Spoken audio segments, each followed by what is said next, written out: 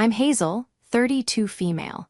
I live in a fairly busy city in a condo that's practical, but not exactly soulful. My job as a senior data analyst is demanding, filled with spreadsheets and projections that pay the bills but don't feed the spirit. My real life, the one I feel in my bones, is lived 2 hours north at a small lake house I inherited from my grandmother. This story is about how my entitled sister decided my sanctuary was her personal cash cow, and how I had to draw a line so clear and bright it could be seen from space. Before this story unfolds, I'd love to connect with you. Please let me know in the comments where you're watching from and what time it is in your corner of the world. It's amazing to see how far these stories can travel. The lake house isn't grand. It's a modest 2-bedroom cottage with cedar siding that's weathered to a soft, silvery gray. The front porch, wide and welcoming, is home to 2 rocking chairs that have soothed 3 generations of my family. My grandmother, a woman with a quiet strength I've always tried to emulate, left it to me, and only me, in her will. She told me once, "Hazel, this place needs a caretaker, not just an owner. Someone who understands its peace." I understood. It was my sanctuary, the only place on earth where the constant hum of city life and digital noise finally went silent. Every penny of my savings for the past 5 years had gone into it, not for lavish upgrades, but for preservation. I had the roof redone, the plumbing modernized, and the old dock carefully rebuilt, plank by plank. It was a labor of love, a connection to my past and a promise to my future self. My family, however, had a different view of the property. My parents, Robert and Susan, saw it as a nice family asset, a place for reunions they rarely organized. But my sister, Jessica, saw it as an accessory. At 28, 4 years my junior, Jessica had built her entire identity around her online persona. She was an influencer, a term that seemed to cover a multitude of sins, primarily involving taking artfully curated photos of herself in locations she often couldn't afford. Her life was a performance, and she was always looking for a new stage. Her boyfriend, Nicholas, was her designated cameraman, a floppy-haired 29-year-old who seemed to believe that owning a drone made him a filmmaker. They were a matched set of ambition without effort. I'd always been generous with the lake house. My policy was simple: if you want to use it, just ask me. Check my calendar, clean up after yourself, and respect the property. It wasn't a hotel. My parents used it a few times a year, always respectfully. My best friend, Scarlett, would join me for quiet weekends of wine and board games. But Jessica's requests were different. They were less like requests and more like announcements. She'd text me, "Hey, me and Nick are taking the lake house for the long weekend." Not asking, but informing. Early on, I let it slide. It was easier than arguing. But her stays were always messy. She'd leave behind wet towels, a fridge full of half-eaten food, and once, a glitter explosion in the guest bedroom that took me a month to fully eradicate. She treated my sanctuary like a free-for-all party pad. The last time she'd used it, 3 months prior, I'd had to lay down the law. I found a cigarette burn on one of my grandmother's hand-stitched quilts. When I confronted her, she was flippant. "Oh, Nick's friend was being an idiot. It's just a blanket, Hazel. You can get a new one." My voice was colder than I intended when I responded. "It was Grandma's, Jessica. You don't get a new one of those. From now on, you are not to have guests over without my explicit permission." "This isn't a frat house." She had scoffed, called me uptight, and hung up. The tension between us had been simmering ever since. I decided that for the upcoming summer, I was keeping the house for myself. I needed the peace. I had a major project at work that was going to be draining, and my weekends at the lake were the only thing that would keep me sane. I blocked out every weekend from June to August on the shared family calendar I kept for the house, marking them all as Hazel Private. There would be no room for misinterpretation, or so I thought. My neighbor at the lake, Mr. Henderson, was my eyes and ears when I wasn't there. He was a retired carpenter in his 70s who had lived next door to my grandmother for 40 years. He was a kind, observant man who loved the tranquility of the lake as much as I did. He'd call me if a big storm was rolling in or if he noticed a branch down in my yard. He was the perfect neighbor, present but not intrusive. We had a comfortable routine. When I'd arrive on a Friday evening, He'd often be on his porch and would give a friendly wave. Sometimes he'd wander over with a basket of tomatoes from his garden. He was part of the fabric of the place, a reassuring presence who confirmed that this small corner of the world was still as good and quiet as I remembered. He knew about my troubles with Jessica, having once commented gently after one of her stays, "Your sister sure does like loud music, doesn't she?" It was his polite way of saying her guests had been a nuisance. His presence would prove to be more valuable than I could ever have imagined. The lake house was more than property. It was my peace of mind, my inheritance, my responsibility. And I was about to find out just how little that meant to my own sister. The call came on a Tuesday afternoon in late May. I was knee-deep in a data set, trying to isolate a statistical anomaly, when my phone buzzed with Jessica's picture on the screen. I sighed, letting it go to voicemail. I knew it wouldn't be a simple hello. With Jessica, every conversation had an agenda. A minute later, a text message appeared. "Pick up. It's important." Reluctantly, I stepped into the hallway and called her back. "What's up, Jess?" I asked, trying to keep my tone neutral. "Hey, so I have the most amazing idea," she began, her voice bubbling with a manufactured excitement that always set my teeth on edge. "You know how I'm trying to level up my brand this summer? I need some really high-end, exclusive content. Authentic, but also aspirational, you know." I had no idea what she was talking about, but I mumbled a non-committal, "Uh-huh." "So, I was thinking," she continued, "I'll just use the lake house for the summer. Like from June through August. Me and Nick can set up a base there. It's perfect. The aesthetic is so rustic chic. We can shoot content, host some collabs with other influencers. It will be huge for my portfolio." I was so stunned by the sheer audacity of her idea that I was momentarily silent. She wasn't asking to borrow it for a weekend. She was announcing a 3-month-long occupation. "The whole summer?" I finally managed to say. "Jessica, no, that's not possible." "What do you mean, not possible?" Her bubbly tone vanished, replaced by a sharp, defensive edge. "Don't be difficult, Hazel. It's a family house. We're supposed to share." "First," I said, my own voice firming up, "it's not a family house. Grandma left it to me, and I've always been happy to share, but you know my rules. Second, I've already blocked out the entire summer for myself on the calendar. I have a huge project at work, and I need the weekends to decompress. I'm using it." There was a huff of air on the other end of the line. "Oh, come on. You're not going to be there every single day. You can't just hog it for 3 months. That's so selfish. I actually have a business reason to be there. You just want to sit around and do nothing." "My doing nothing is what I use the house for," I countered, my patience wearing thin. "It's my place to get away from stress, not a free film set for your brand." "The answer is no, Jessica. It's final." "This is so typical," she spat. "You always do this. You hold things over my head. You have a good job and your own place, and I'm trying to build something for myself, and you won't even help. You know how expensive it is to rent a location like that." I couldn't help but let out a short, incredulous laugh. "That's exactly the point, Jess. It is expensive. And this is my property. You're not entitled to use it for your business for free. We can talk about you maybe using it for a weekend in September if you ask nicely and agree to follow the rules, but the summer is not up for discussion." The conversation devolved from there. She accused me of being jealous of her burgeoning fame. She claimed I was deliberately sabotaging her career.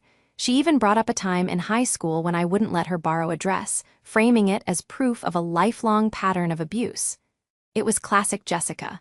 When faced with a boundary, she didn't just push against it. She tried to bulldoze it with emotional manipulation and revisionist history. Her voice grew louder, more frantic.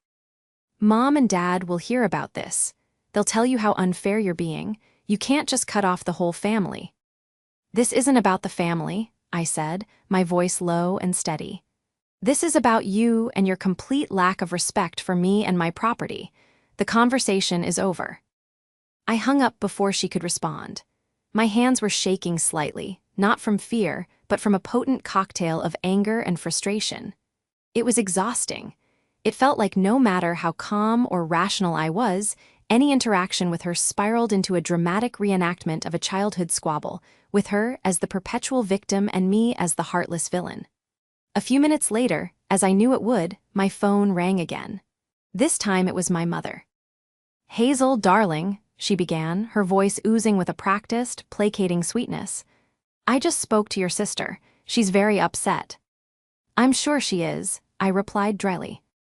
"She told me you two had a little misunderstanding about the lake house," my mom continued. "Honey, you know how hard she's working on her little internet business. It would mean so much to her to be able to use the house. Can't you just let her have it for a month or two? It's important to support family." This was their dynamic. Jessica would create a storm, and my parents, desperate to avoid conflict, would rush in to calm the waters, which usually meant pressuring me to give in. They enabled her behavior at every turn. "Mom, it wasn't a misunderstanding. She demanded the house for the entire summer to run her business for free. I said no. The calendar has been marked for months. I am using it." "But you're being so rigid." My father's voice chimed in from another phone. They were on speaker. "It's just sitting there empty during the week. Why can't she use it then?" "Because I don't want it turned into a 24/7 content house," I exclaimed, my voice rising despite my best efforts. "I don't want her influencer friends there, leaving messes and breaking things. Remember the quilt? This is my property, my sanctuary, and my rules. I have said no. Please respect that." There was a sigh from my mother. "Well, I just hate when you two fight. Family is more important than some old house." "This old house is my most valuable asset and my peace of mind," I said quietly. "And family should be about respect, not entitlement. I have to go." I ended the call, feeling a familiar wave of resignation. They would never get it. In their eyes, my boundaries were an inconvenience, an obstacle to the family's peace, which was really just code for Jessica's happiness. I sent a quick text to my best friend, Scarlett. "The annual Hazel is Being Selfish campaign has officially begun, sponsored by Jessica." Her reply was instant. "Ignore them, it's your house, your rules, don't you dare cave." Her words were a small comfort, a reminder that I wasn't crazy. But as I sat back down at my desk, I had a sinking feeling. This was far from over. Jessica wasn't the type to accept no for an answer. She was the type to find a way around it. 2 weeks passed, and a deceptive quiet settled over the family front. My parents sent me a few stiff, one-line texts about unrelated matters, and Jessica went completely silent. I knew better than to believe this was a truce. Silence from Jessica usually meant she was plotting. I tried to put it out of my mind, focusing on my work project and looking forward to the first official weekend of my summer sanctuary, which was just a few days away. I'd already packed a bag and bought groceries, mentally transitioning into lake mode. The discovery happened on a Thursday morning, the day before I was set to drive up. I was taking a short break, scrolling through a travel blog, when I saw an ad in the sidebar for Airbnb. It featured a generic, charming lakeside getaways headline. On a whim, I clicked it, setting the location filter to the small town nearest my lake house. I was just curious to see what other properties in the area were renting for. I scrolled through a few listings, a large, modern A-frame, a couple of rustic cabins, and then I saw it. My heart stopped. It was my house. There, in professionally shot, brightly lit photos, was my front porch, my living room, my grandmother's quilt draped artfully over the armchair. The photos were sickeningly perfect, staged to look like a page from a home decor magazine. Nicholas's drone had clearly been put to use. There were sweeping aerial shots of the property, showing its proximity to the water, the dock I'd painstakingly rebuilt. The listing title was Serene and Stylish Lakefront Oasis W Private Dock. The host was listed as Jessie, with a profile picture of my sister, smiling sweetly at the camera. I felt a hot, prickling wave of rage wash over me. She had gone behind my back, not just to use the house, but to monetize it. She had hired a photographer, or more likely had Nicholas do it, trespassed on my property to stage it, and listed it for rent without my knowledge or permission. My hands trembled as I clicked through the listing. She was charging $400 a night. The calendar showed it was booked solid for almost every weekend in June and July, starting with the very next day. My weekend. The weekend I was supposed to be there. Someone had rented my house, my bed, for the weekend I was planning to use it. The description she wrote was a masterpiece of fiction. "Come and unwind at our beautiful family cottage," it read. Hosted by Jessie, a local creative who has poured her heart into making this a perfect getaway spot. Enjoy swimming off the private dock, cozy nights by the fire, and stunning sunsets. We can't wait to welcome you, our family cottage. Hosted by Jessie. I felt dizzy with disbelief. She hadn't just crossed a line, she'd obliterated it. My first instinct was to call her and scream, but I stopped myself. What would that accomplish? She'd deny it, gaslight me, or play the victim. I needed evidence, Dead a plan. My mind, trained to find patterns and solve problems with data, kicked into gear. Emotion was a liability right now, I needed strategy. I immediately took screenshots of everything: the listing, the photos, the calendar, her host profile. I documented the URL. I checked the house rules section she'd written. It was filled with laughable hypocrisy. No parties or events. Please respect the property as if it were your own. Maximum of 4 guests. She was setting rules for a house that wasn't hers. A house she herself had disrespected time and time again. Then I saw the reviews. There were 2 of them already, from what must have been secret stays she'd hosted in May. Jessie was a wonderful host. The place was absolutely charming and the location is unbeatable. We had a small issue with the Wi-Fi, but she was super responsive and got it sorted out. Can't wait to come back. The other was similar, glowing with praise for the attentive host and the beautifully decorated cottage. She had been running this operation for weeks, right under my nose. The mention of the Wi-Fi issue made me pause. How did she get it sorted out? She wouldn't know how. It must have been a lie, or she'd gotten lucky and it fixed itself. I needed to know who was coming tomorrow. Who were these strangers who thought they had a legitimate booking at my house? The Airbnb platform, for privacy reasons, doesn't show the guest's full name, but it did show a profile picture and a first name. Mark. He and his family were scheduled to check in at 3 p.m. on Friday. My plan was to drive up at noon. My mind was racing, piecing together the timeline. The photo shoot must have happened during one of those quiet weeks.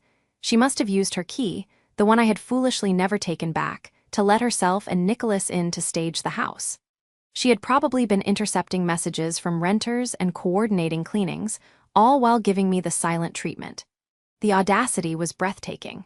This wasn't just about using the house. This was a calculated, premeditated business venture built on fraud. She was using my asset, my inheritance, to fund her influencer lifestyle, and was prepared to kick me, the actual owner, out of my own home to do it. I called Scarlett, my voice tight with controlled fury. "You are not going to believe what she's done," I said, and laid out the whole sordid story. Scarlett, being a lawyer, was appropriately horrified but also immediately practical. "Okay," she said, her tone all business. "First, do not contact her. Do not contact your parents. Let her think you still know nothing. Second, document everything. You've already done that, which is perfect. Third, report the listing to Airbnb immediately as fraudulent. It's your property, and you can prove it." "I'm going to," I said, "but not yet. I'm driving up there tomorrow before the guests arrive. I'm going to change the locks." There was a pause on the other end of the line. "Good," Scarlett said.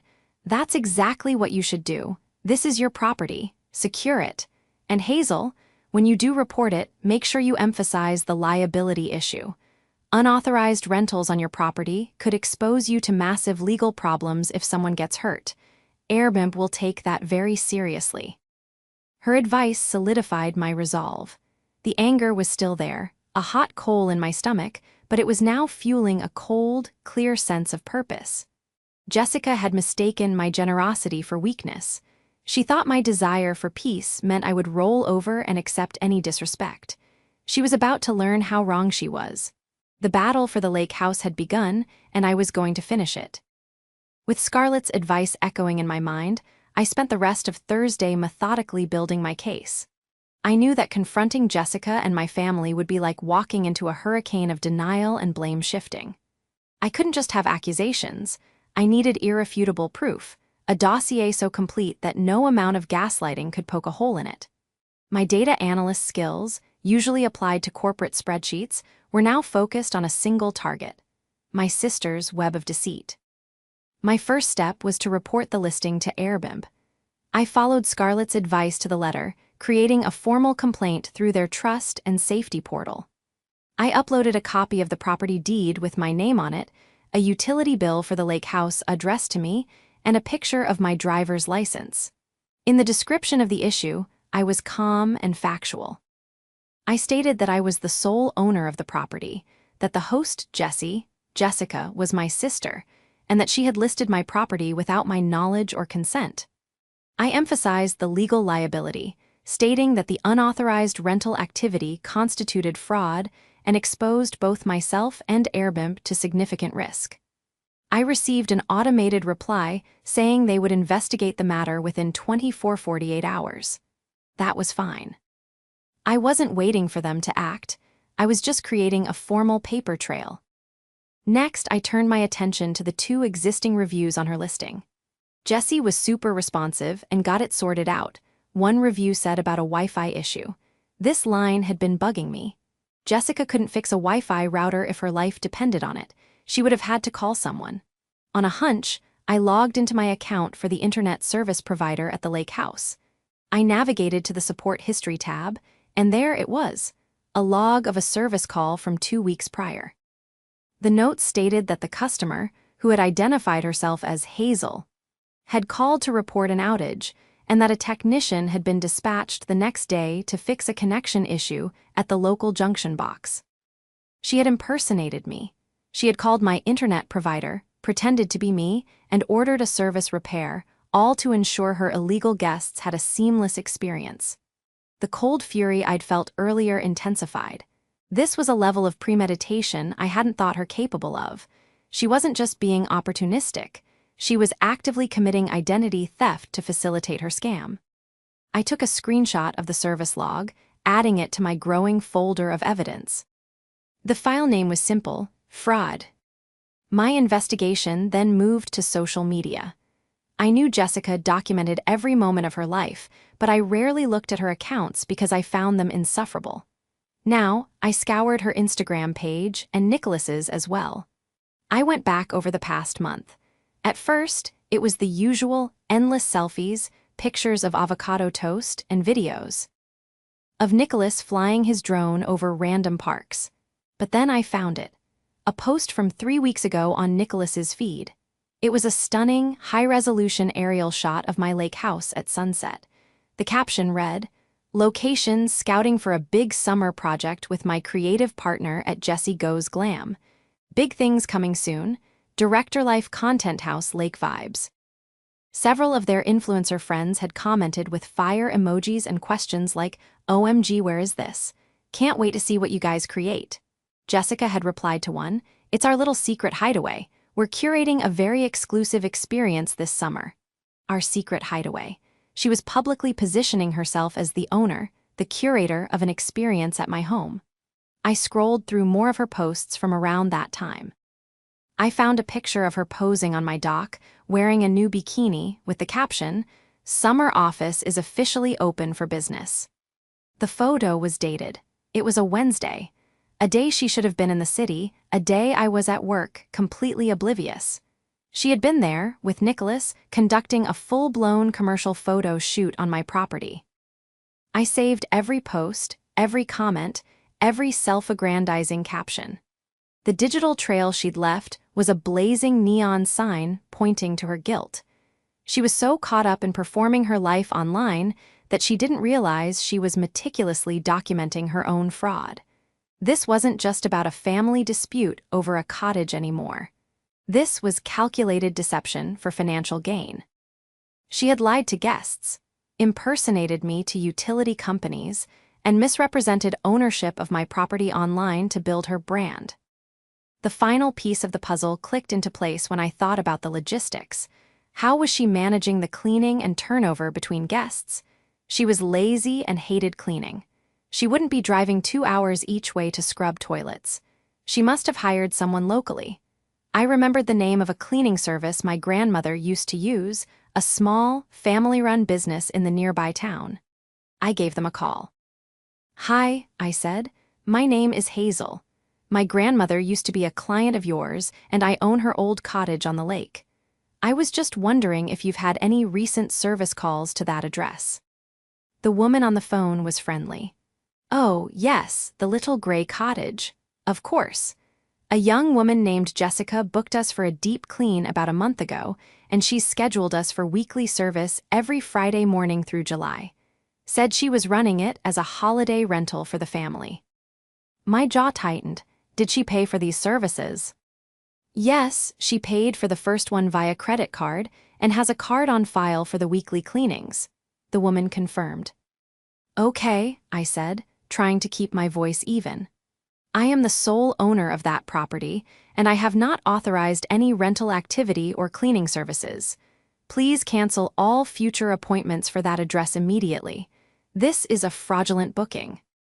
The woman was audibly shocked. "Oh my goodness, I am so sorry. Of course, we'll cancel it right away." She seemed so professional. "She's a great performer," I muttered after hanging up. So that was her plan. Automated cleaning, remote management. She had it all figured out. She had built a complete, illegal business operation using my life's biggest investment as her foundation. By the end of the day, I had a digital folder containing screenshots of the Airbnb listing, the social media posts, my property deed, the internet service log, and a note detailing my call with the cleaning company. I felt no satisfaction, only a profound sense of sorrow and steely resolve. Jessica hadn't just betrayed me as a sister. She had treated me like a faceless mark to be exploited. She had fundamentally misunderstood who I was. She saw me as a quiet, non-confrontational pushover she could manipulate. She failed to realize that the same meticulous, detail-oriented nature that made me a good data analyst also made me a formidable opponent when I had been wronged. Tomorrow, I was driving to the lake. The digital war was over. The real-world battle was about to begin. Friday morning, I woke up before my alarm, a knot of adrenaline and anxiety tight in my stomach. I loaded my car in the pre-dawn quiet, my movements precise and deliberate. I had my bag for the weekend, a cooler full of groceries, and a small, heavy toolbox. Inside the toolbox, nestled amongst a hammer and screwdrivers, were 3 new deadbolt sets and a state-of-the-art smart lock. I had also called a local locksmith the day before and scheduled him to meet me at the house at 1 p.m., just in case my amateur handiwork wasn't up to snuff. I was leaving nothing to chance. The 2-hour drive to the lake was a blur. My mind was a machine running through the plan over and over. Arrive by noon. Change the locks on the front door, the back door, and the sliding glass door to the porch. Call the non-emergent. Why police line to give them a heads up about a potential trespassing issue with a family member who had been illegally renting my property?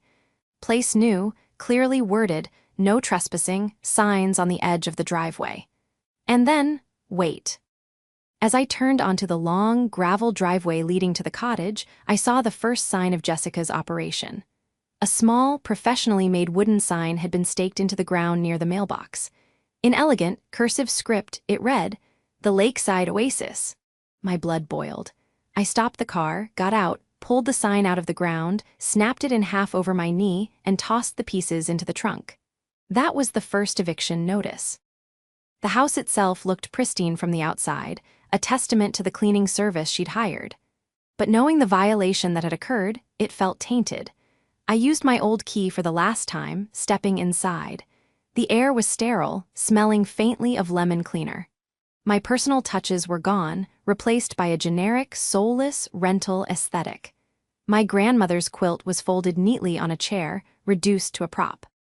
A basket on the coffee table held a welcome note printed on cardstock, signed with Jessica's bubbly signature. "Welcome to your getaway, Jessie." I crumpled it in my fist. I didn't waste any time. I got the toolbox and started with the front door. My hands were surprisingly steady as I unscrewed the old lock set. It was a methodical process, a physical manifestation of reclaiming my space. Off with the old, compromised lock that she had a key to. On with the new, solid, impenetrable deadbolt that only I controlled. I worked my way around the house, replacing each lock with a fresh one. The final installation was the smart lock on the front door. I programmed it with a new code known only to me and linked it to an app on my phone. Now, I would get a notification every time the lock was accessed, and I could lock or unlock it remotely. The power was back in my hands. The physical security of my sanctuary was restored. It was just after 1 p.m. when I finished. The locksmith I'd called arrived right on time. I had him check my work, and he confirmed everything was installed correctly. He was a taciturn man who simply nodded and said, "Nobody's getting through those without a battering ram." It was a small but significant expense that felt like the best money I'd ever spent.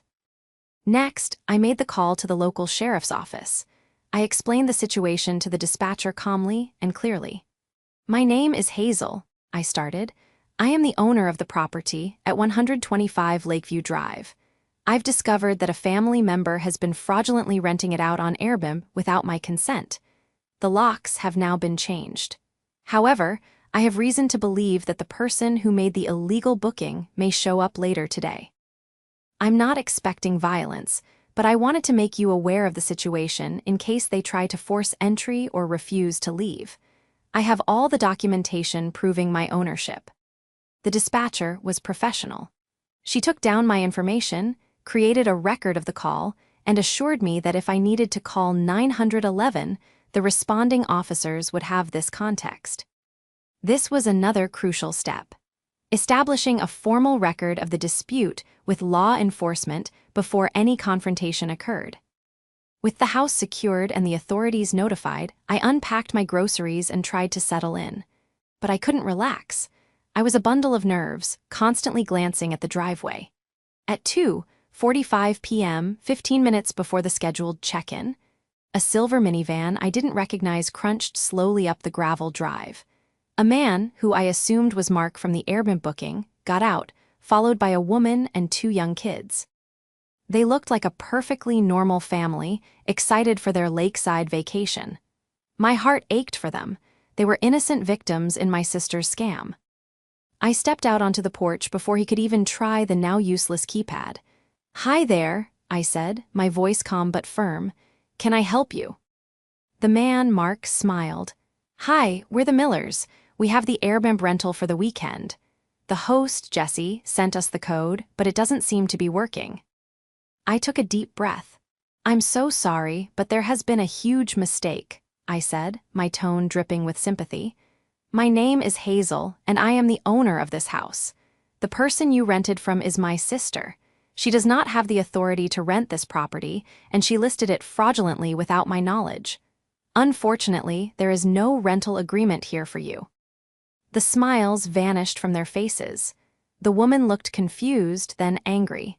"What are you talking about? We paid over $1,000 for this weekend. We have a confirmation email."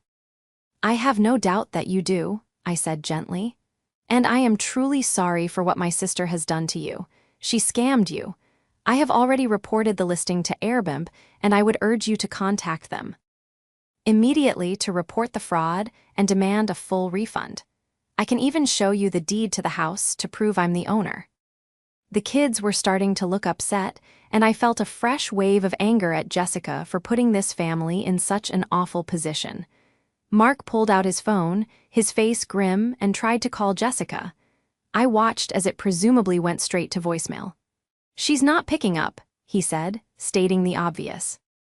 I gave them the name of a nice hotel in the next town over and offered to call to see if they had any vacancies. They were upset and disoriented, but they seemed to realize I was telling the truth. After a tense 20 minutes of them making frantic calls to Airbnb's support line, they finally packed their disappointed kids back into the minivan and drove away, but not before Mark looked at me and said, "I hope you get your sister sorted out. This is one of the worst things that's ever happened to us on a vacation." His words hung in the air long after their car had disappeared. The immediate threat was gone, but I knew the real storm was yet to come. Jessica would soon find out that her guests couldn't get in, and then she would come. I sat in one of the rocking chairs on my newly secured porch, looking out at the calm water of the lake, and waited. The first notification from my new smart lock app came at 4:30 p.m. It was a simple alert. Keypad access denied. Then another, and another. Someone was standing on my porch, repeatedly punching in the code Jessica had given them. A few minutes later, my phone started ringing. It was Jessica. I ignored the call. It rang again. I ignored it. Then came the barrage of texts. Hazel, what did you do? My guests can't get in. Why did you change the code? You're ruining my business. Pick up your phone. This is an emergency. You are being so incredibly selfish and destructive. I'm coming up there right now to fix this. I read the messages with a strange sense of detachment. The panic and anger were gone, replaced by a cold, hard certainty. I was in the right. I had secured my property. Now I just had to weather the storm. I sent her a single, simple text message back. This property is not your business, Jessica. It is my home. You are not welcome here. Do not come. Of course, she didn't listen. 2 hours later, just as the sun was beginning to set, casting a golden glow over the lake, a familiar white SUV came barreling up my driveway, kicking up a cloud of gravel. Jessica was behind the wheel, and Nicholas was in the passenger seat. My parents' car pulled in right behind them. They had brought the cavalry. The family invasion had begun. I remained seated in the rocking chair on the porch, my arms crossed. I watched as Jessica stormed out of her car, her face a mask of theatrical fury. My parents got out of their car looking anxious and worried. Hazel, what is the meaning of this? Jessica shrieked as she marched towards the porch steps. You kicked out my guests. You sabotaged my booking. Do you have any idea how much money you just cost me? The money you were attempting to make by illegally renting out my house, I asked calmly. Yes, I have some idea. It's called fraud, Jessica. It is not fraud, she yelled, her voice cracking. It's our family's lake house. I was being resourceful. Mom, Dad, I said, looking past Jessica to my parents, who were hovering uncertainly by their car. You need to turn around and leave. This is between your daughter and me. You have no business being here. Now, Hazel, let's all just calm down, my father started, taking a step forward. Your sister is upset, but I'm sure we can talk this through. There is nothing to talk through, I said, my voice as solid as the new deadbolt on my door. She committed a crime. She listed my property without permission, impersonated me to my utility provider, and scammed an innocent family out of their vacation. The discussion is over. She is trespassing, and I want you all to leave. Nicholas, who had been silent until now, stepped forward with his phone up, recording. You can't just kick us out, he said with a smug look. This is a family dispute, and you're being totally unreasonable. Our audience is going to want to see how you treat your own sister. I laughed, a real, genuine laugh. Your audience? Nicholas, put the phone away before I add you to the trespassing complaint. You have no right to film me on my private property. This enraged Jessica further. She bounded up the steps and tried to wrench the front door open. When it didn't budge, she started pounding on it with her fists. Let me in, Hazel. Let me into my house. It's not your house, I yelled back, finally losing my temper. It has never been your house. It's mine. Grandma gave it to me for a reason, because she knew I would respect it, and she knew you wouldn't. My mother started to cry. Girls, please stop. You're tearing the family apart.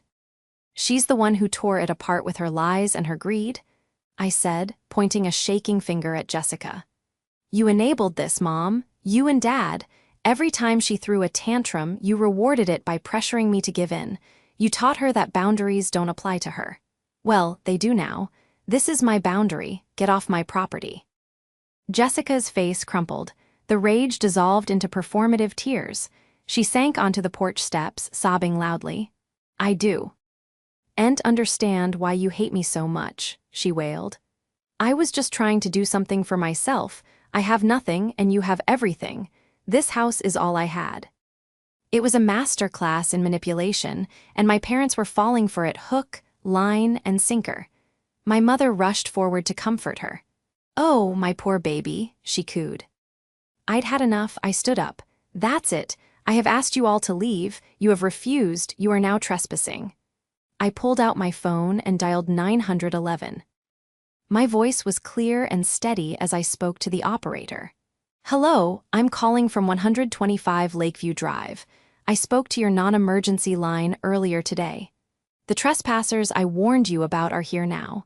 They are my sister, Jessica, and my parents. I have repeatedly asked them to leave my property, and they are refusing."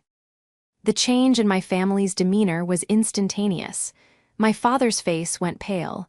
Jessica's sobs stopped abruptly, her eyes wide with disbelief. "You're calling the cops? On your own family?" my mother whispered, horrified. "You left me no choice," I said, ending the call. "I told you to leave. You didn't listen. Now the police can escort you out." We stood in a tense, silent tableau for the 10 minutes it took for a patrol car to make its way down the long road to the lake. The setting sun painted the sky in brilliant shades of orange and pink, a beautiful backdrop to an ugly family drama. When the sheriff's car pulled up, a tall, calm-looking officer got out. He listened patiently as my family all started talking at once, Jessica accusing me of being crazy and vindictive, my mother pleading that it was all a misunderstanding. I remained silent. When they had exhausted themselves, the officer turned to me. "Ma'am, can you explain your side?" I calmly walked him through the entire situation, from the Airbnb listing to the fraudulent service calls to the texts and the confrontation. I told him I had a folder of evidence on my computer. I showed him the notification on my phone from when they had tried to enter the house. I stated clearly, "This is my property. These people are not welcome here. I have asked them to leave multiple times. I want them trespassed from my property." The officer nodded, then turned to my family. "Folks," he said in a tone that brooked no argument, "this is not a civil dispute we can mediate. This is private property. The owner has asked you to leave. If you do not leave immediately, I will have to cite you for trespassing, and her sister's car, which is blocking the driveway, will be towed at her expense. It's time to go." The finality in his voice was something they couldn't argue with. The siege was over. I had won. But as I watched them retreat to their cars, defeated and angry, it didn't feel like a victory. It felt like a necessary, painful amputation. The officer stayed until my parents' car and Jessica's SUV were out of the driveway and back on the main road. Before he left, he handed me his card. "If they come back, you call us immediately." "No hesitation," he said. I thanked him, my gratitude immense. His calm authority had diffused a situation that could have become much worse. As his taillights disappeared, a profound silence descended on the property, broken only by the chirping of crickets. The beautiful sunset was over, and darkness was falling. I was alone, truly alone, in my sanctuary. But the peace I usually felt here was absent, replaced by the hollow echo of the ugly confrontation. I spent the rest of the weekend in a daze, jumping at every sound. I couldn't shake the feeling of being watched, even though I knew they were gone. The messages started again on Saturday morning. My parents sent long, pleading texts about forgiveness and the importance of family. They accused me of humiliating them and escalating the situation by calling the police. I didn't respond. The real venom, however, came from Jessica. Her texts were a wild mix of threats and insults. She promised to sue me for lost income. She threatened to post a video about me, telling her thousands of followers how I had abused her and thrown her out on the street. I forwarded the most threatening messages to Scarlett, who replied, "Let her. It's called libel, and she'd be handing you a defamation case on a silver platter. Don't reply to any of them. Go completely silent." I followed her advice. I blocked Jessica's number. I blocked my parents' numbers. I needed total silence to think. On Monday, back in the city, I received an email from Airbnb. Their investigation was complete. They had confirmed my ownership and concluded that the listing was fraudulent. They had permanently banned Jessica's host account, canceled all her upcoming bookings, and were processing full refunds to the affected guests. They also informed me they were clawing back the payouts she had already received from the May bookings. Justice, in the corporate sense, had been swift and decisive. It was a small vindication, but an important one. The real climax, however, happened the following weekend. I had returned to the lake house, determined to reclaim the peace that had been stolen from me. On Saturday afternoon, I was reading on the porch when a tow truck rumbled up my driveway.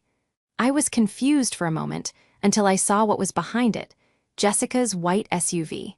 She had left it parked on the shoulder of the narrow public road right at the end of my driveway. It was a petty, passive-aggressive act of defiance, a way of saying, "I'm still here." But the narrow road had no parking signs, and one of my neighbors, likely Mr. Henderson, had finally called it in. I watched, mesmerized, as the tow truck driver expertly hooked up her vehicle. Just as he was about to pull away, Jessica's car came speeding down the road, Nicholas at the wheel. She leaped out of the passenger side before it had even fully stopped. "What are you doing? That's my car," she screamed at the driver. He gestured impassively at the no parking sign. "It's a public road, ma'am. You're illegally parked. I'm towing it." Jessica's head whipped around, and her eyes locked on me, sitting on the porch. She seemed to think I had orchestrated this. Her face contorted with a rage that was terrifying to behold. It was a full-blown, public meltdown. "You did this," she shrieked, pointing at me. "This is all your fault. You are a vindictive, evil person. I hope you're happy, alone in your stupid house." She ranted and raved, a torrent of incoherent insults and accusations. Nicholas stood by awkwardly, filming the whole thing, of course. I didn't say a word. I just sat there in my rocking chair and watched. I didn't feel anger or sadness anymore. I just felt nothing. It was like watching a stranger's tantrum. The person screaming on the side of the road wasn't my sister. I didn't know who she was.